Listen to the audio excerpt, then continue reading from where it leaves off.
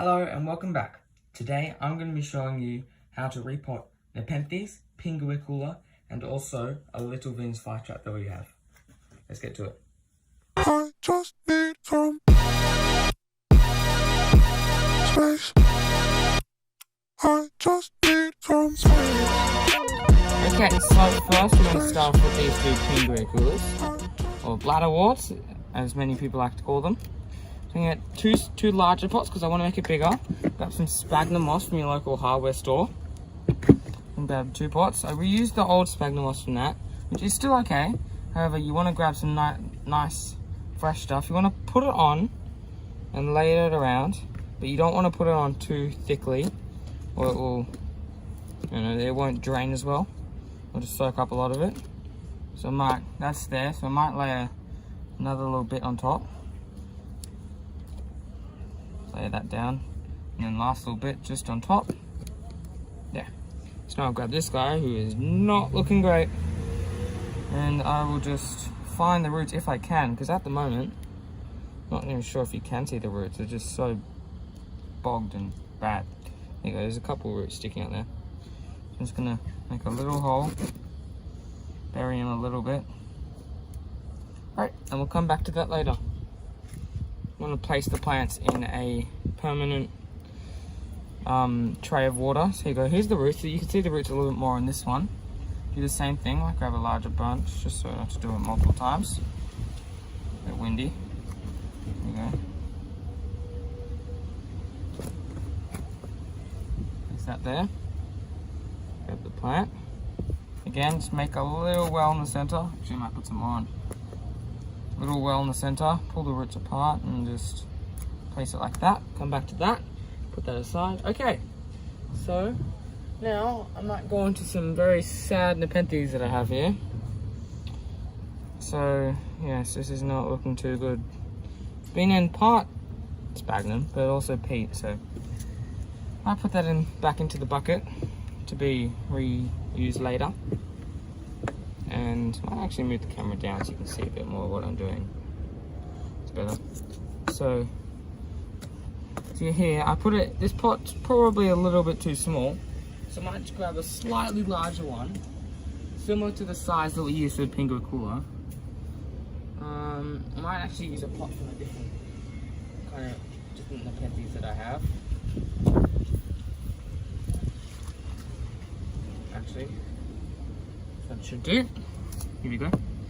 So here, again, just gonna grab the peat moss, this sphagnum moss, and again, just sort of. By the way, you can buy this sphagnum moss in like blocks of. I think I bought this one in 150 grams, I think, or something like that, in a local hardware store. This is not looking too good here. So, what I might do, I might grab some secateurs and just trim off the dead parts, because that's no use to anyone here, other than wasting space. Always helpful to have space for the roots.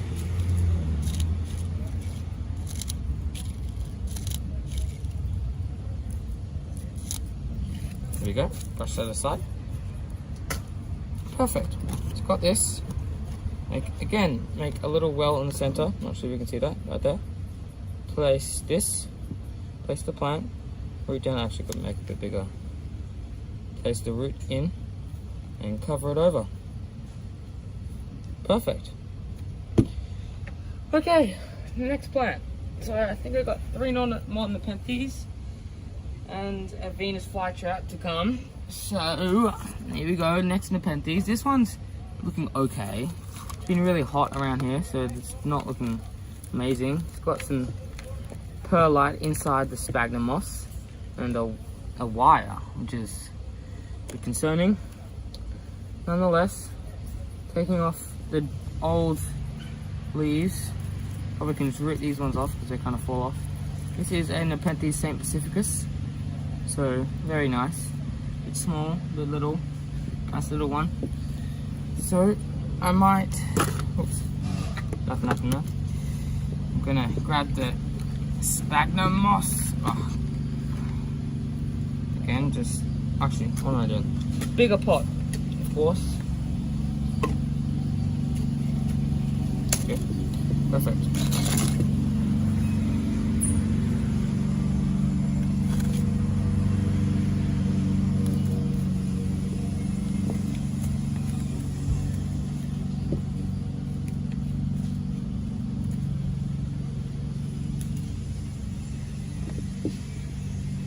Okay, so you want to make a big hole in the middle. So you can just fit this down the center. You might make it a little bit larger.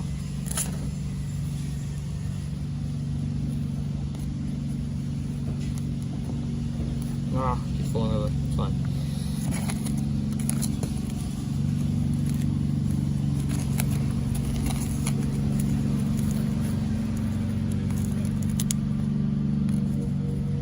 Place it there. There we go.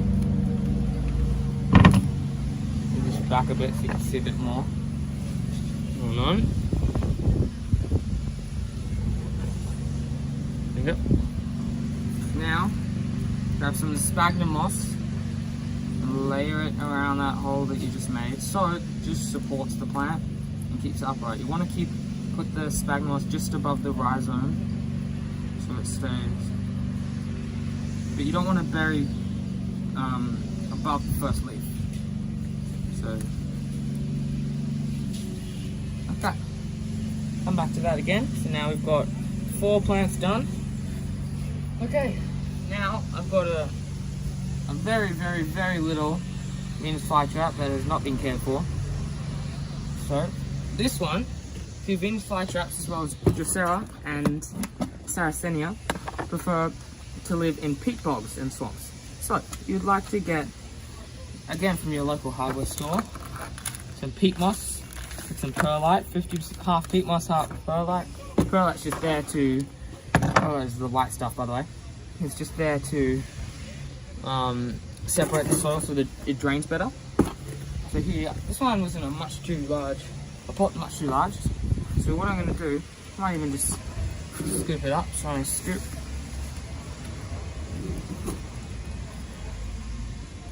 Some of the leaves, because who knows why they're leaving them. Again, make a hole, place it in.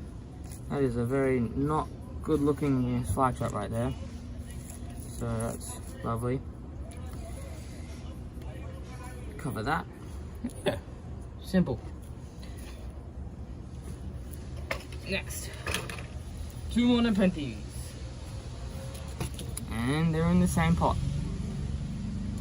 So here is 2 Nepenthes, I think it's Ventrata. This one's not even looking too, oops, there goes one.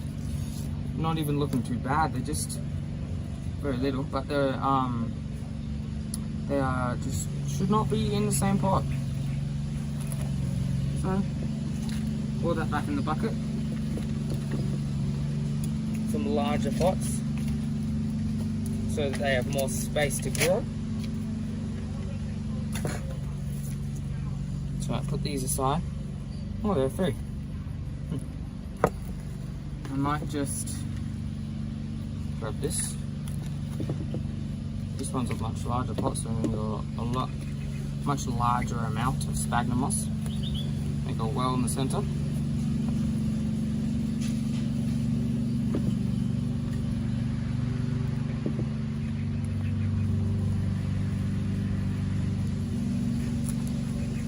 See here, okay, this is interesting. There's a second shoot growing off there. So I will teach you how to propagate that later, but not yet. Just place that down there, press around, get some more sphagnum moss.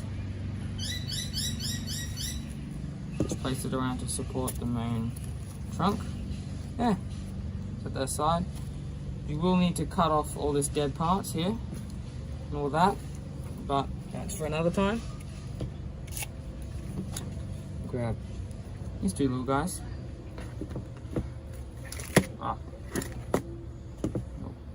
Okay. So you feel like these pots are a little bit too big, so I might grab a small one. the small ones even.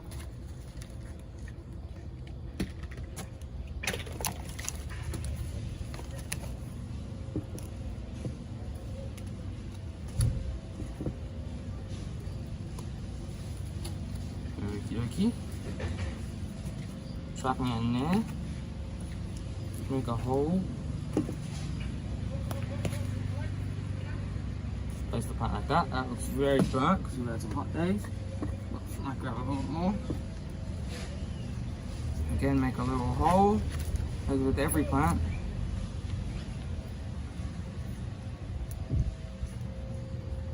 There we go.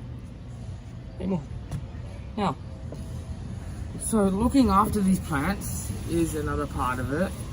So what I will do is I will show you how to care for them. So, I'll be back. A few moments later. Okay, so here we have the Nepenthes on top level, and down one below is the Pinguicula and the Little Venus Flytrap. And then look, up here I have a grow light to help support growth and a misting system over here.